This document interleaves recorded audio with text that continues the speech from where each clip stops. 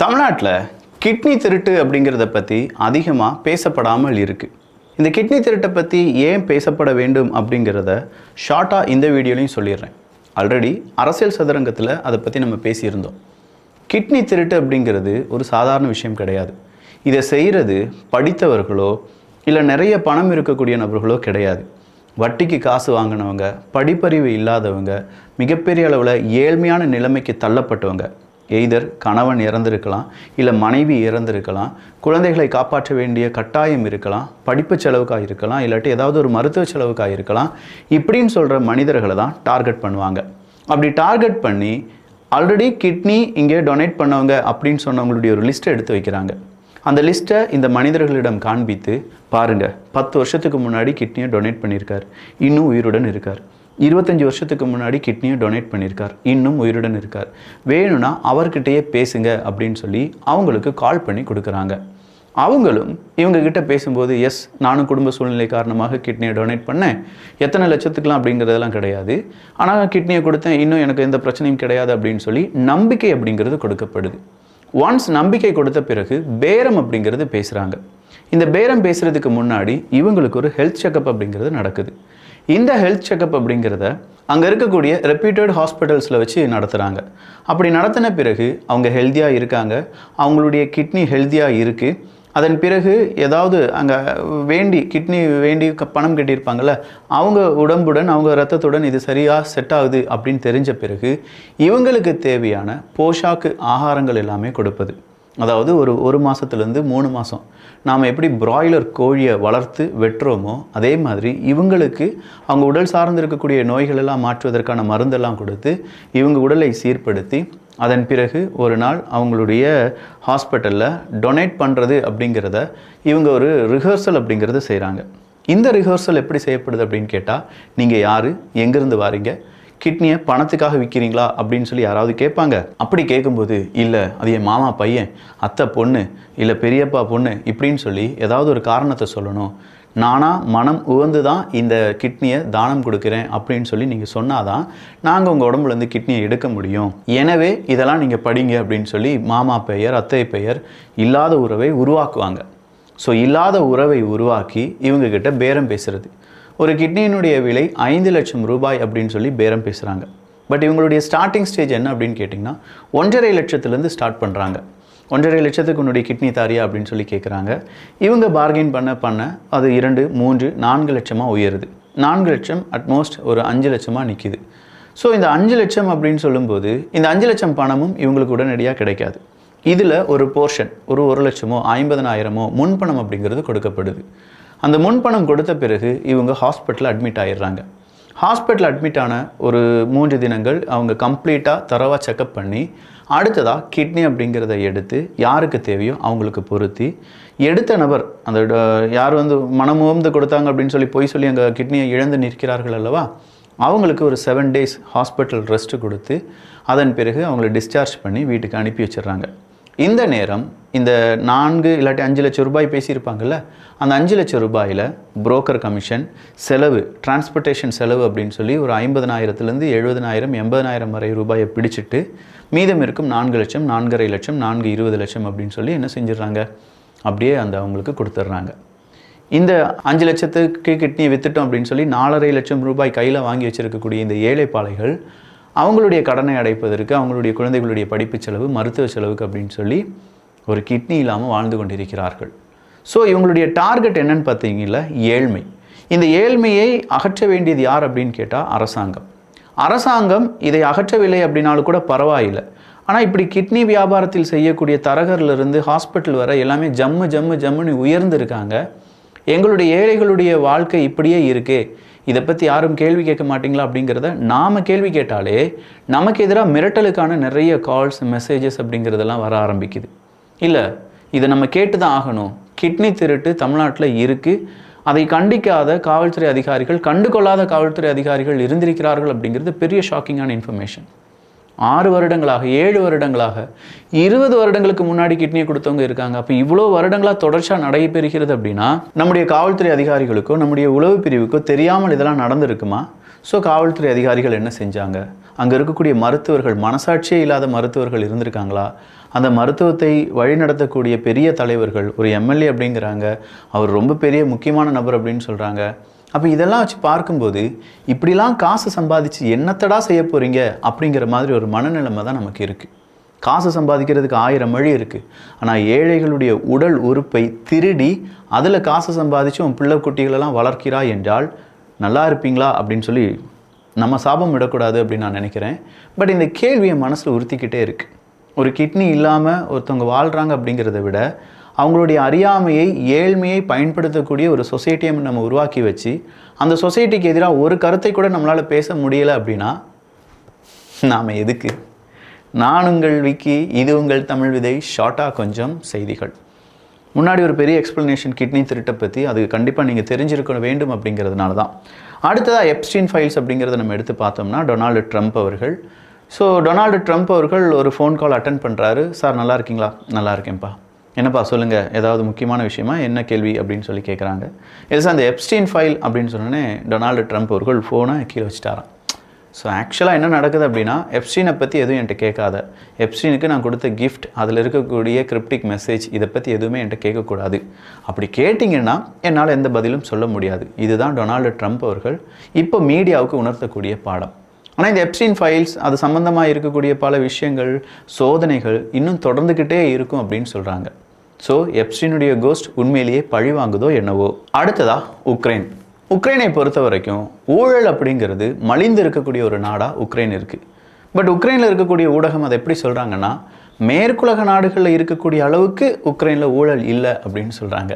So ஊழல் அப்படிங்கிறதே மக்களுக்கு எதிரானது தான், மக்களுடைய உழைப்பை சுரண்டுவது தான் அப்படிங்கிறது நம்ம எல்லாருக்குமே தெரியும். இதற்கு எக்ஸ்ப்ளனேஷன் அப்படிங்கிறத கொடுக்குறாங்க. நான் என் ஆஃபீஸ்லேருந்து நடந்து வரும்போது அங்கே ஒரு டேபிள், ஒரு பேனா இருந்துச்சு. அந்த பேனாவை நான் எழுத உபயோகித்தேன். அப்படி எழுதிட்டு என் பேக்கெட்லேயே வச்சுட்டு நான் வீட்டுக்கு கொண்டு வந்துட்டேன். இதே மாதிரி என்கிட்ட ஒரு 10-15 பேனா இருக்குது. இதெல்லாம் ஊழல் லிஸ்ட்டில் தான் வரும் அப்படிங்கிறது எனக்கு தெரியும். பட் இதே மாதிரி என்னுடைய பேனா ஒரு 10-15 காணாமல் போயிருக்கே, ஸோ அதுக்கு இது சரியாயிருச்சா அப்படின்னு சொல்லி இந்த ஊழலுக்கு எக்ஸ்ப்ளனேஷன் கொடுக்கறதுக்கெலாம் மேற்குலக நாடுகள் நிறையவே ட்ரை பண்ணுறாங்க. நம்ம ஊர் பாஷையில் சொல்லப்போனால் முட்டு கொடுக்குறாங்க. இதே நேரத்தில் ஊழல் அப்படிங்கிறத கம்மி பண்ணுறதுக்கு நல்ல நிர்வாகத்திறன் அப்படிங்கிறது வேணும். நிர்வாகத்தை சோதித்து பார்க்கக்கூடிய நல்ல அலுவலர்கள் வேணும். ஆனால் உக்ரைன் மாதிரியான ஒரு நாடு, உக்ரைனில் இப்போ என்ன நடந்துட்டுருக்கு? யுத்தம் நடந்துட்டுருக்கு.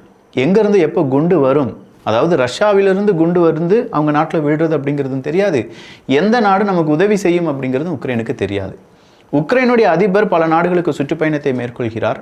அதில் ஒரு நிறுவனம் அவங்களுடைய சிஎஸ்ஆர் ஃபண்டில் உங்களுக்கு நாங்கள் ஷெல்ஸ் வாங்கித்தரோம், உங்கள் குழந்தைகளுக்கு நாங்கள் யூனிஃபார்ம் வாங்கித்தரோம், இல்லாட்டி அங்கே இருக்கக்கூடிய மக்களுக்கு நாங்கள் ஃபுட்டு ரெடி பண்ணி தரோம் அப்படின்னு சொல்லி ஒரு 1 கோடி அனுப்புவாங்க. இதே மாதிரி பல அமைப்புகள், பல நிறுவனங்கள், பல நாடுகள், பல நாட்டை சார்ந்த பெரிய பணக்காரர்கள், இவங்க எல்லாருமே ஒரு ஃபண்ட் அப்படிங்கிறதையும் வெப்பன் அப்படிங்கிறதையும் உக்ரைனுக்கு வாங்கி அனுப்பிக்கிட்டே இருக்காங்க. இதெல்லாமே சரிபார்க்க முடியுமா அப்படிங்கிற கேள்வி தான் இங்கே உருவாகுது. இந்த நேரத்தில் இதெல்லாம் சரிபார்க்கக்கூடிய சில நபர்கள் ஒன்றிணைந்து ஏன் 2 கோடியை நமக்கு கணக்கு காண்பிக்கணும்? ஒரு 50 லட்சத்தை கணக்கு காண்பித்து 1.5 கோடியை நம்ம 3 பேரும் ஷேர் பண்ணிக்கலாமே அப்படின்னு சொல்லி அவங்க நினச்சிட்டாங்கன்னா, நாட்டை பற்றி யாருங்க நினைப்பா? அவங்க குடும்பம் நல்லா இருக்கணும், குட்டி நல்லா இருக்கணும், அந்த குடும்பம் மறுபடியும் ஆட்சி செய்யணும், இப்படி தானே நினச்சிட்டு இருக்காங்க. ஸோ இதே மாதிரி அங்கேயும் இருக்குது. ஊழல் மழிந்த ஒரு அரசாங்கம் அப்படிங்கிறது உக்ரைன்லேயும் இருக்குது. 2 கோடி வருது, 1.5 கோடி அமுக்குறாங்க, 1/2 கோடியை ஒதுக்குறாங்க, இப்படின்னு சொல்லி ஊழல்கள் இருக்கிறதுனால இங்கே ஊழல் பெருச்சாளிகள் ஏகப்பட்டது. அப்போ செலன்ஸ்கி அவர்களுக்கு பெரிய டவுட் என்னென்னா, இவ்வளோ உதவிகள் கிடைச்சிட்டும் அரசாங்கத்தில் போதிய பணம் இல்லை அப்படின்னு சொல்கிறாங்களே, என்ன நடந்துச்சு அப்படின்னு சொல்லி விசாரிக்கிறார். கிட்டத்தட்ட 3 வருடங்களாக நடக்கக்கூடிய இந்த யுத்தம் காரணமாக இதுவரையிலும் அரசாங்கத்தில் ஏகப்பட்ட நபர்கள் பணியிடை நீக்கம் செய்யப்பட்டிருக்கிறார்கள். நிறைய பேர் வீட்டுக்கு அனுப்பியிருக்கிறார் செலன்ஸ்கி அவர்கள். காரணம் என்னன்னு கேட்டால் 10 லட்ச ரூபாய் ஊழல், 5 லட்ச ரூபாய் ஊழல், 50,000 ரூபாய் ஊழல், 10 கோடி ஊழல் அப்படின்னு சொல்லி நிறைய ஊழல் பட்டியல் வரும்போது அதற்கான விசாரணை, எஸ் அவர் அந்த ஊழலை செஞ்சுருக்காரு, இப்போதைக்கு அரெஸ்ட் பண்ணி ஜெயிலில் போட்டு அவங்களுக்கு சாப்பாடெலாம் போட முடியாது, பதவியை விட்டு தூக்கிடுங்க, இல்லாட்டி இராணுவத்துக்கு அனுப்பிடுங்க அப்படின்னு சொல்லி இந்த மெத்தட்லேயே உக்ரைன் அதிபர் செலன்ஸ்கி அவர்கள் செஞ்சுட்டு இருந்தார். இப்போ ஊழல் பெருசாக கடைசியாக வேறு வழியே இல்லாமல் 2 அமைப்புகள் அப்படிங்கிறத உருவாக்குறார். ஒன்று ஊழலை ஒழிப்பதற்கு, இன்னொன்று ஊழலை ஒழித்து அந்த ஊழலில் ஈடுபட்ட நபர்களை அரெஸ்ட் பண்ணுறது, இல்லாட்டி அதற்கான முயற்சிகளை மேற்கொள்ளக்கூடிய அமைப்பு. ஸோ இந்த 2 அமைப்பும் அங்கே ஒர்க் ஆகிட்டே இருக்குது. இந்த 2 அமைப்பும் ஒர்க் ஆகும்போது நாளடைவில் என்ன நடக்குது அப்படின்னு பார்த்தீங்கன்னா, இந்த 2 அமைப்புக்குள்ள ரஷ்ய உளவாளிகள் உள்புகுந்து விட்டார்கள் அப்படிங்கிற ஒரு டவுட் உக்ரைனுக்கு வருது. என்னடா இது, கொடுமை கொடுமை கொடுமைன்னு கோயிலுக்கு போனால் அங்கே 2 கொடுமை டங்கு டங்கு டங்குன்னு ஆடிட்டு இருந்துச்சான் அப்படின்னு சொல்லுவாங்கல்ல. அதே மாதிரி ஊழல் ஊழல் ஊழல் ஊழலை ஒழிப்பதற்கு ஒரு அமைப்பு, அந்த அமைப்புக்குள் உளவாளிகள். இந்த உளவாளிகள் என்ன செஞ்சிட்டாங்க, ஊழலை ஒழிக்கக்கூடிய அந்த அதிகாரிகளே ஊழல் செய்ய ஆரம்பிச்சிட்டாங்க. ஸோ 70க்கும் அதிகமான சர்ச்சஸ் அப்படிங்கிறத உக்ரைனுடைய அதிபர் ஜெலன்ஸ்கி அவர்களுடைய உத்தரவின் பெயரால் இந்த ஊழலை அழிக்க உருவான அந்த அமைப்புக்குள் செய்யப்படுகிறது. அந்த அமைப்புக்குள் செய்யப்படும் போது நிறைய பேர் சிக்கிறாங்க. எல்லாமே ரஷ்ய உளவாளிகள், இல்லாட்டி ரஷ்யா பேஸ்டு சிந்தனையுடையவர்கள் அப்படின்னு சொல்லி அந்த 2 அமைப்புகள் உருவாக்கப்பட்டதல்லவா, ஊழலை ஒழிப்பதற்காக உருவாக்கப்பட்ட அமைப்புகள். அவங்களுக்கு கொஞ்சம் அதிகாரம் அப்படிங்கிறது கொடுக்கப்பட்டிருந்துச்சு. அந்த அதிகாரத்தை எல்லாத்தையுமே இப்போ ஜெலன்ஸ்கி அவர்கள் என்ன செஞ்சிட்டார்னா, வேணாம் உனக்கு இந்த அதிகாரம் வேணாம் அப்படின்னு சொல்லி அதிகாரத்தை பறித்து விட்டார். அங்கே அதிகாரத்தை பறிக்கிறார், ஊழல் நடந்துட்டுருக்கு. இதெல்லாம் கேட்கக்கூடிய மக்களுக்கு அங்கே கோபம் அப்படிங்கிறது வருது. சாதாரண கோபம் கிடையாது.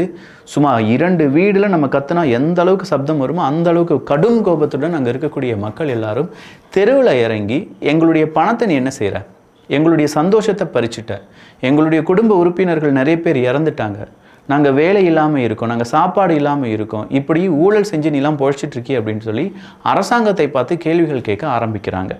அரசாங்கம் ஊழல் பெருசாளிகள் இவர்கள் தான், அவர்களை கண்டுபிடிப்பதற்காக வேறொரு அமைப்பை உருவாக்கணும், அவங்களும் ஊழல் பெருசாளிகளாக இருக்கிறாங்க அப்படின்னு சொல்லி விளக்கத்தை கொடுத்தாலும் பெரிய அளவில் போராட்டம் அப்படிங்கிறது நடந்துக்கிட்டே இருக்கு. அடுத்ததா ஐநா சபையினுடைய ஒரு செய்தி தான். ஐநா சபையினுடைய செய்தி அப்படின்னு சொல்லும்போது உங்களுக்கு எப்படி தோணும், உலக நாடுகளுக்கு பொதுவான ஒரு அமைப்பப்பா, அவங்க எது சொன்னாலும் உலகத்துக்கு நல்லதுக்காக தான் இருக்கும் அப்படின்னு நீங்கள் நினச்சிங்கன்னா, நாளைக்கு கிளைமேட் சேஞ்ச் அப்படிங்கிறத பற்றி ஐநா சபை எப்போதுமே டிஸ்கஸ் பண்ணிகிட்டே இருப்பாங்கல்ல. ஸோ அந்த டிஸ்கஷனில் பல நாடுகளும் பங்கு பெறுவார்கள். ஈவன் இந்தியாவும் அதில் ஒரு நாடு தான். ஸோ அந்த நாடு 2030க்குள்ளே நாங்கள் 1 டிகிரி செல்சியஸை கம்மி பண்ணுறதுக்கு ஏதாவது முயற்சிகளை பண்ணுறோம், நாங்கள் இந்த மாதிரி கேஸ் எல்லாம் யூஸ் பண்ண மாட்டோம், பெட்ரோல் கெமிக்கல் அதெல்லாம் யூஸ் பண்ண மாட்டோம், நாங்கள் சூரிய வெளிச்சம் காற்று இதெல்லாம் யூஸ் பண்ணி மின்சாரத்தை தயாரித்துக் கொள்கிறோம், இப்படிங்கிற பல அக்ரிமெண்ட்டில் சைன் போட்டிருப்பாங்க. இந்த அக்ரிமெண்ட்டில் சைன் போட்டிருக்காங்க அப்படின்னா, ஒரு நாடு சைன் போட்டிருக்குன்னா அந்த நாடு கிடையாது அதை செய்ய போகிறது, அதில் இருக்கக்கூடிய பிரஜைகள் தான். அதாவது நாம் 10 யூனிட் கரண்ட் யூஸ் பண்ண இடத்துல நம்ம 5 யூனிட் கரண்ட் யூஸ் பண்ணால் 5 யூனிட் சேமிச்சிட்டோம். வெப்பமயமாக்குதல் அப்படிங்கிறதுலேருந்து 5 யூனிட் நம்ம கம்மி பண்ணதுனால பூமிக்கு ஒரு செக்யூர் அப்படிங்கிறத நம்ம உருவாக்குறோம். ஸோ இது ஒவ்வொரு நபருடைய கடமை அப்படின்னு சொல்லி ஐநா சபை சொல்கிறாங்க. இப்போ ஐநா சபை என்ன சொல்கிறாங்கன்னா, இந்த கடமையிலிருந்து தவறக்கூடிய மனிதர்களை தண்டிக்கும் வகையாக சட்டங்கள் இயற்றப்பட வேண்டும். ஐநா சபை சொல்கிறாங்க, ஒவ்வொரு நாடும் கிளைமேட் சேஞ்சுக்கு எதிராக யார் யார் அங்கே என்னென்ன செஞ்சிட்ருக்காங்க, எந்தெந்த நிறுவனம் செஞ்சிட்ருக்காங்க, எந்த அமைப்பு செஞ்சிட்ருக்காங்களோ அவங்களுக்கு எதிராக லீகல் ஆக்ஷன்ஸ் எடுத்து கிளைமேட் சேஞ்சை சரிப்படுத்த வேண்டும். இந்த மாதிரியான சட்டத்தை உருவாக்குனாதான் மட்டும்தான் இனிமேல் நம்மளால் கிளைமேட் சேஞ்சிலேருந்து நம்மளால் தப்பிக்க முடியும் அப்படின்னு சொல்கிறாங்க. இது எப்படி இருக்குது அப்படின்னு சொல்லி உங்ககிட்ட நான் கேள்வியை கேட்குறேன். நீங்கள் நாளைக்கு பெட்ரோல் டீசல் காரில் போகிறீங்க, கிளைமேட் சேஞ்சுக்கு நீங்கள் தான் காரணம் அப்படின்னு சொல்லி உங்கள் மீது ஒரு வழக்கு பதியப்பட்டு விட்டது என்றால், 1 2 3 லைட் வச்சுருக்கேன், ஏன்டா எக்ஸ்ட்ராவாக ஒரு லைட் வச்சுருக்கேன் அப்படின்னு சொல்லி என் மேலே ஒரு வழக்கு பதிவானது என்றால், இதெல்லாம் நடக்குமா விக்கி அப்படின்னு கேட்டால் நாளடைவில் நடைபெறுவதற்கான வாய்ப்புகள் இருக்குது. இப்போது அதுக்கான டிஸ்கஷன் ஃபேஸில் இவங்க ஈடுபட்டு இருக்காங்க என்பது தான் குறிப்பிடத்தக்கது. அடுத்ததாக மேக்ரோன் அவர்கள் தான். இந்த டிஃபேமேஷன் கேஸ் அப்படின்னு சொல்கிறது என்ன, என்னுடைய பெயரை களங்கப்படுத்தி விட்டார்கள், எனவே அவங்களுக்கு எதிராக நான் வழக்கு தொடர்கிறேன் அப்படிங்கிறது. அமெரிக்காவில் ஃபார் ரைட் போட்காஸ்டர் ஒருத்தர் இருக்காராம். அவர் அடிக்கடி மேக்ரோன் அவர்களை பற்றி செய்திகளை வெளியிடுவார். மேக்ரோன் அவர்கள் அவருடைய மனைவியிட்டிருந்து அடி வாங்கினதுலேருந்து இவர் எப்படி சொல்கிறாருன்னா, மேக்ரோன் அவர்களுடைய மனைவி ஒரு பெண் கிடையாது, அவங்க ஒரு டிரான்ஸ்ஜெண்டர், வேணும்னா அதுக்கான ப்ரூஃப் என்கிட்ட இருக்குது அப்படின்னு சொல்லி ஏகப்பட்ட போட்காஸ்ட் அப்படிங்கிறத செஞ்சுருக்கார். நிறைய ஆங்கர்ஸை வரவழைச்சு நிறைய நபர்களுடன் இந்த போட்காஸ்ட்லாம் செய்யும்போது மேக்ரோன் அவர்களுடைய மனைவியை பற்றி அவங்க ஒரு திருநங்கை திருநம்பி அப்படின்னு சொல்லி என்னெல்லாமோ உளறிட்டு இருக்காருன்னு வச்சுக்கோங்களேன். அதை மேக்ரோன் அவர்கள் கவனிச்சிருக்கார். அப்படி கவனித்த உடனே அவர் என்ன சொல்கிறாருன்னா, அவர் போடுற அந்த வீடியோஸ் அந்த போட்காஸ்டிங் காரணமாக என்னுடைய மன உளைச்சலுக்கு நான் ஆளாகிவிட்டேன், ரொம்ப பெரிய அளவில் பெயின் எனக்கு தருது, எனவே நான் டிஃபேமேஷன் கேஸ் அப்படிங்கிறத போடுறேன் அப்படின்னு சொல்லி அமெரிக்காவினுடைய போட்காஸ்டர் மேலே டிஃபேமேஷன் கேஸ் அப்படிங்கிறத போட்டிருக்காங்க.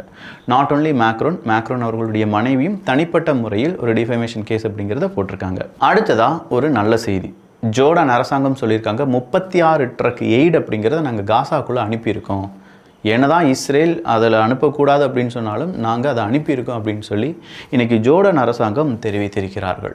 ஸோ ரொம்ப நாட்களுக்கு பிறகு ஒரு 36 ட்ரக் அப்படிங்கிறது காசா பகுதிக்குள் செல்கிறது என்பது குறிப்பிடத்தக்கது. நிறைய மனிதர்கள் நாங்கள் கடனாளி ஆகிறதுக்கு என்ன காரணம் அப்படின்னு சொல்கிற ஒரு கேள்விக்கு என்ன தெரியுமா பதில் சொல்லியிருக்காங்க, ஸ்கூல்ஸுக்கு தேவையான ப்ராஜெக்ட்ஸ்க்கு தேவையான பொருட்கள் இதை வாங்குறதுக்கு நாங்கள் கடன் வாங்க வேண்டியதாக இருக்குது அப்படிங்கிறது தான். அமெரிக்காவிலேயே இப்படி ஒரு நிலைமை, ஐரோப்பாவிலும் இப்படி ஒரு நிலைமை, இந்தியாவில் எப்படிப்பா அப்படின்னு சொல்லி நான் உங்ககிட்ட கேட்குறதுக்கு பதிலாக நானே சொல்லிடுறேன். மாதம் ஆனால் ஒரு 1700 பஸ் ஃபீஸ் போகுது. அது இல்லாமல் டேர்ம் ஃபீஸ்னு இல்லை, மாதம் ஒரு ஃபீஸ் ஒரு 1200 அப்படி 3000 சிபிஎஸ்சி ஸ்கூலில் நம்ம படிக்க வைக்கிறோன்னா, இங்கே கம்மியான ஒரு ஸ்கூலில் நாங்கள் படிக்க வச்சுட்ருக்கோன்னா 3000 3500 மாதம் ஆகுது. அப்படி பார்த்தாலுமே எல்கேஜி யூகேஜிக்கே 30000 வருஷம் ஆகுதுன்னு வச்சுக்கோங்களேன். டொனேஷன்லாம் இல்லை. இப்படி தான் நாம் சொல்லி கொடுத்துட்ருக்கோம். இதை விட கொஞ்சம் ஹையாக வேறு ஸ்கூல் இருக்குதுன்னு கேட்டால் இருக்குது. அவங்க என்ன சொல்கிறாங்க, டொனேஷனாக ஒரு 3 லட்சம் ரூபாய், மாதம் ஒரு 40,000 50,000 35,000 ஏதோ கேட்குறாங்க போல். சில இன்னும் அப்படியே கொஞ்சம் டவுனுக்கு போனால் மாதம் ஒரு 20,000 கேட்குறாங்க. ஸ்கூல் ஃபீஸு, எக்ஸாம் ஃபீஸு, அந்த பஸ் ஃபீஸ் எல்லாம் சேர்த்து. ஸோ நீங்கள் உங்கள் குழந்தைக்கு மாதம் எவ்வளோ ஃபீ கட்டுறீங்க? நான் ஓப்பனாக சொல்கிறேன், என்னுடைய குழந்தைக்கு நான் கட்டுற ஃபீஸ் அப்படிங்கிறது சிபிஎஸ்சி இங்கிலீஷ் மீடியம் தான். கிட்டத்தட்ட மாதம் ஒரு 3500 4500 ரூபாய்க்குள்ளே தான் பஸ் ஃபீஸு எல்லாம் சேர்த்து நான் சொல்கிறது. டொனேஷன் எதுவுமே கிடையாது. ஆனாலும் நல்லபடியாக சொல்லிக் கொடுக்குறாங்க. உங்கள் விருப்பம், இல்லாட்டி நீங்கள் சொல்லலாம், இவ்வளோ கெட்டுறேன்ப்பா, என்னடா அப்படி அமெரிக்கா மாதிரி நானும் இதுக்காகவே கடன் வாங்குறேன் அப்படின்னு சொல்கிறவங்க யாரெல்லாம் இருக்கீங்களோ நீங்கள் உங்களுடைய கருத்துக்களை இங்கே பதிவு பண்ணலாம். அடுத்ததாக பேரன்சியில் ரஷ்யா நடத்த போகக்கூடிய மிகப்பெரிய ஒரு நேவல் எக்ஸசைஸ் தான். ரொம்ப வருடங்களுக்கு பிறகு செம்மையான ஒரு இடத்துல, டிஸ்பியூட் ஏரியா தான், அந்த ஏரியாவில் ஒரு நேவல் எக்ஸசைஸை இப்போது ரஷ்யா செய்ய போகிறார்கள். ரோஹிங்கா அகதிகளுக்கு நாங்கள் பாஸ்போர்ட் மட்டும்தான் கொடுத்துருக்கோமே தவிர குடியுரிமை கொடுக்கவில்லை. அப்படி கொடுக்காமல் இருக்கக்கூடிய ரோஹிங்கா அகதிகளை எப்போ வேண்டுமானாலும் நாங்கள் பாகிஸ்தான்லேருந்து விரட்டுவதற்கு பாகிஸ்தானுக்கு முழு அதிகாரம் இருக்குது அப்படின்னு சொல்லி பாகிஸ்தான் சொல்லியிருக்காங்க. ஸோ ரோஹிங்கா அகதிகளுக்கு நாங்கள் குடியுரிமை கொடுக்கவில்லை என்பதை பாகிஸ்தான் மறுத்திருக்கிறார்கள். அடுத்ததாக இஸ்ரேல் காசா வாரை பொறுத்த வரைக்கும் அது ஒரு இன்ஃப்ளெக்ஷன் பாயிண்ட்டுக்கு போயிருச்சு அப்படிங்கிறதும், பேச்சுவார்த்தையில் சீக்கிரமாக நிறைய முன்னேற்றம் வருவதற்கான வாய்ப்புகள் இருக்குது அப்படிங்கிற தகவலும் வெளியாகி இருக்கிறது. ஈரானை பொறுத்த வரைக்கும் அமெரிக்காவுக்கு ஒரு க்ரீன் சிக்னல் கொடுத்துருக்காங்க. ஐஏஏ அமைப்பினுடைய தலைவர்கள், அதனுடைய உறுப்பு நாடுகள், உறுப்பு அமைப்புகள் எல்லாரும் ஈரானுக்குள்ளே வந்து அணு ஆயுதத்தை நாங்கள் உருவாக்குறோமா இல்லையா அப்படிங்கிறதெல்லாம் சோதித்து பார்த்துக்கோங்க, கொஞ்சம் இடங்களை நாங்களே ஓப்பன் பண்ணி தாரோம் அப்படின்னு சொல்லி ஒரு சமாதான முயற்சிக்கு ஈரான் வந்து கொண்டிருக்கிறார்கள். ஸோ நிறைய செய்திகள், கிட்னி திருட்டிலிருந்து ரஷ்யா அமெரிக்கா வரை நம்ம எல்லாமே பார்த்துருக்கோம். இந்த செய்தி தொகுப்பு எப்படி இருந்துச்சு அப்படிங்கிற உங்களுடைய கருத்துக்கள் கொஞ்சம் டீட்டெயிலாக பேசியிருப்பேன். இதே மாதிரி டெய்லி கொஞ்சம் டீட்டெயிலாக பேசலாமா அப்படிங்கிற உங்களுடைய கருத்துக்களும், ஸ்கூல் ஃபீஸ் நான் கேட்டிருந்தேன்ல, நான் உண்மையை சொல்லிட்டு நீங்கள் உண்மையை சொல்லிட்டிங்கன்னா நல்லா இருக்கும். ஃபாரினில் இருக்கிறவங்களும் உண்மையை சொல்லலாம், எவ்வளோ டாலர் செலவு பண்ணுறீங்க, அது இந்திய மதிப்பின்படி எவ்வளோ ரூபாயாக இருக்குது அப்படிங்கிறது தான். மக்கள் தெரிந்து கொள்வதற்கு தான், வேறு எதுக்கும் கிடையாது. நாளைக்கு கல்யாணம் பண்ணக்கூடிய நபர்கள்லாம் இருப்பாங்கல்ல, குழந்தை பெற்றுக்கொள்ளலாமா அப்படின்னு சொல்லி யோசிக்கக்கூடியவங்களாம் இந்த கருத்தை பார்த்து விட்டு அவங்களுடைய முடிவுகளை எடுக்கலாம். நல்லதை பகிர்ந்து, சும்மா சொன்னேன்ப்பா, நல்லபடியாக குழந்தைகளை பெற்றுக்கொண்டு சூப்பராக என்ஜாய் பண்ணுங்கள் ஃபேமிலி லைஃப்பை அப்படிங்கிறது தான் என்னுடைய வேண்டுகோள். நல்லதை பகிர்ந்து நல்ல சமுதாயத்தை உருவாக்கும். நன்றி, வணக்கம்.